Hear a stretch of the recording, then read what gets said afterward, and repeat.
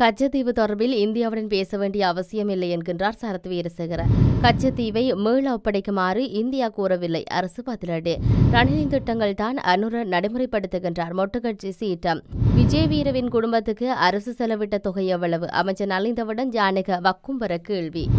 எட்காவை ஏற்றுக்கொள்ள அனுர அரசு மக்களிடம் மன்னிப்பு கோர வேண்டும் என்கின்றது ஐக்கிய மக்கள் சக்தி. கஜகஸ்தான் விமான விபத்தில் 35 பேர் உயிரிழப்பு. ஜாலில் அரச போக்குவரத்து சேவை ஊழியர்களை தாக்கிய நபர் கைது. இலங்கையில் இருந்து நாடு கடத்தப்பட உள்ள தாயும் மகளும். இலங்கையின் தேசிய பாதுகாப்பின் பிரதான அம்சமாக கச்சத்தீவு காணப்படுகிறது. கச்சத்தீவு இலங்கைக்கு சொந்தமானது.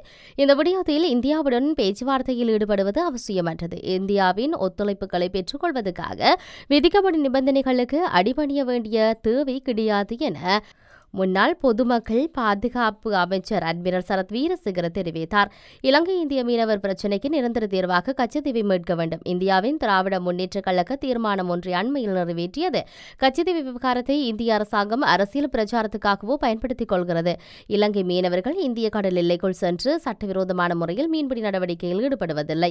இந்திய மீனவர்கள் தான் இலங்கை கடற்பரப்புகள் சட்டவிரோதமான முறையில் உள்நுழைந்து கடல் வளத்தையும் மீள்வளத்தையும் நாசம் செய்கின்றார்கள்.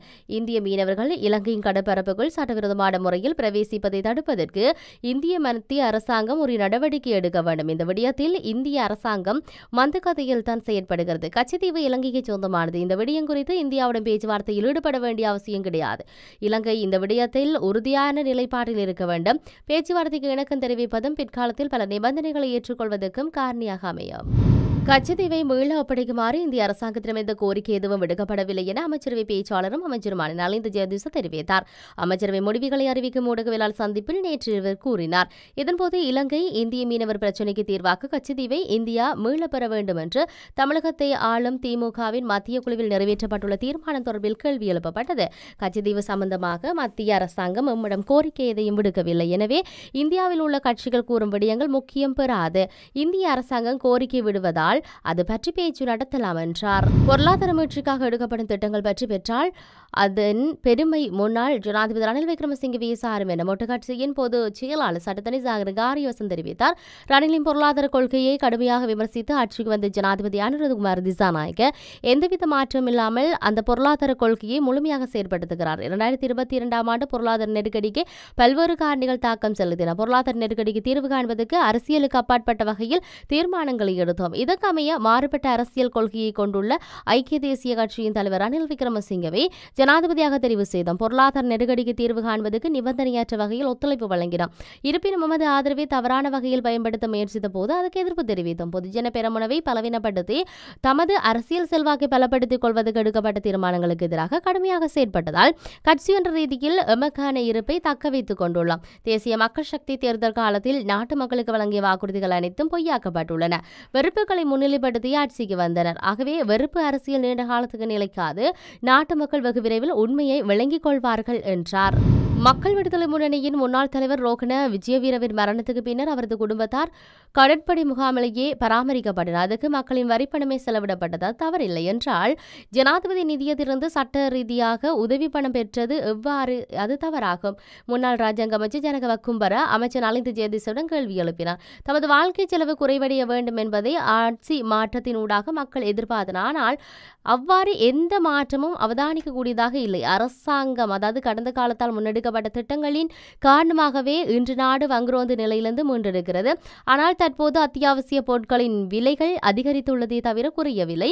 இன்று உப்பை கூட இறக்குமதி செய்து அதிக விலைக்கு விற்பனை செய்ய வேண்டிய நிலைமை ஏற்பட்டிருக்கு. அன்று மஞ்சள் இறக்குமதிக்கு தடை விதிக்கப்பட்ட போது கடும் எதிர்ப்புகள் வெளியிடப்பட்டன. ஆனால் இன்று மஞ்சள் உற்பத்தியிலும் நாம் தண்ணீரை வடிந்துள்ளோம்.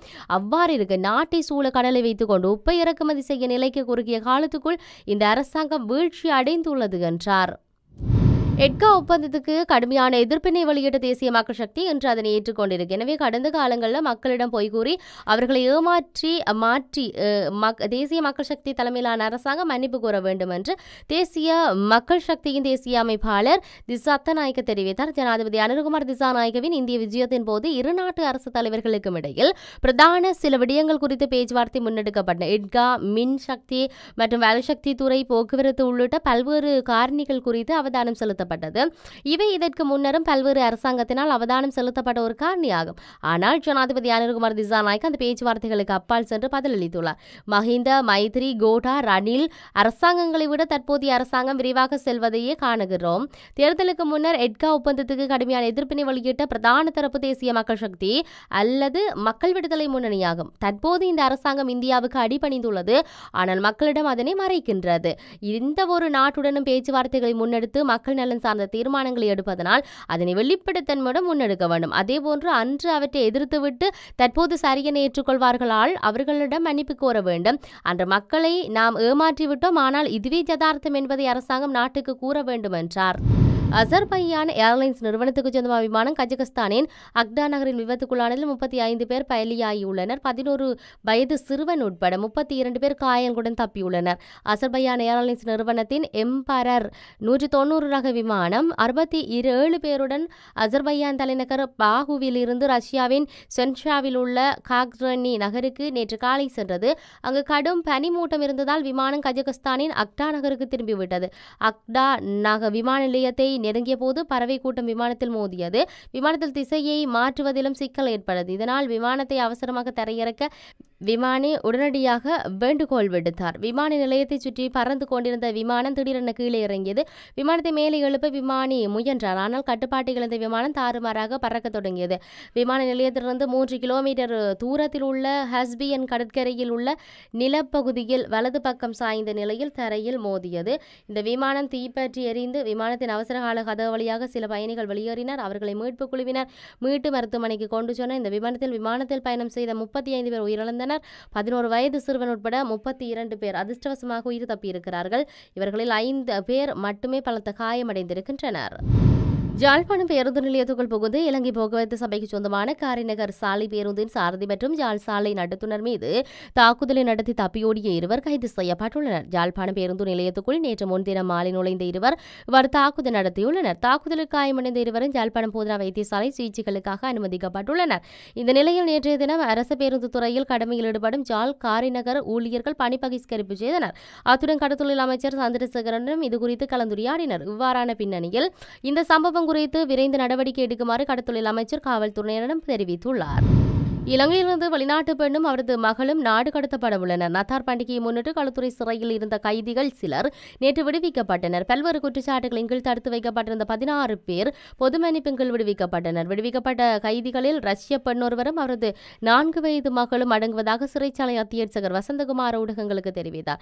விசா இன்றி நாட்டில் தங்கியிருந்த குற்றச்சாட்டின் கீழ் வெளிநாட்டு பெண்ணுக்கு களுத்துறை நீதிமன்றத்தினால் தண்டனை விதிக்கப்பட்டிருந்தது. இந்த நிலையில் வெளிசர குடிவரவு தடுப்பு முகாமில் ஒப்படைக்கப்பட்ட மகளும் பெண்ணும் எதிர்வரும் நாட்களில் ரஷ்யாவுக்கு அனுப்புவதற்கான நடவடிக்கைகள் அதிகாரிகள் மேற்கொண்டு வருகின்றனர்.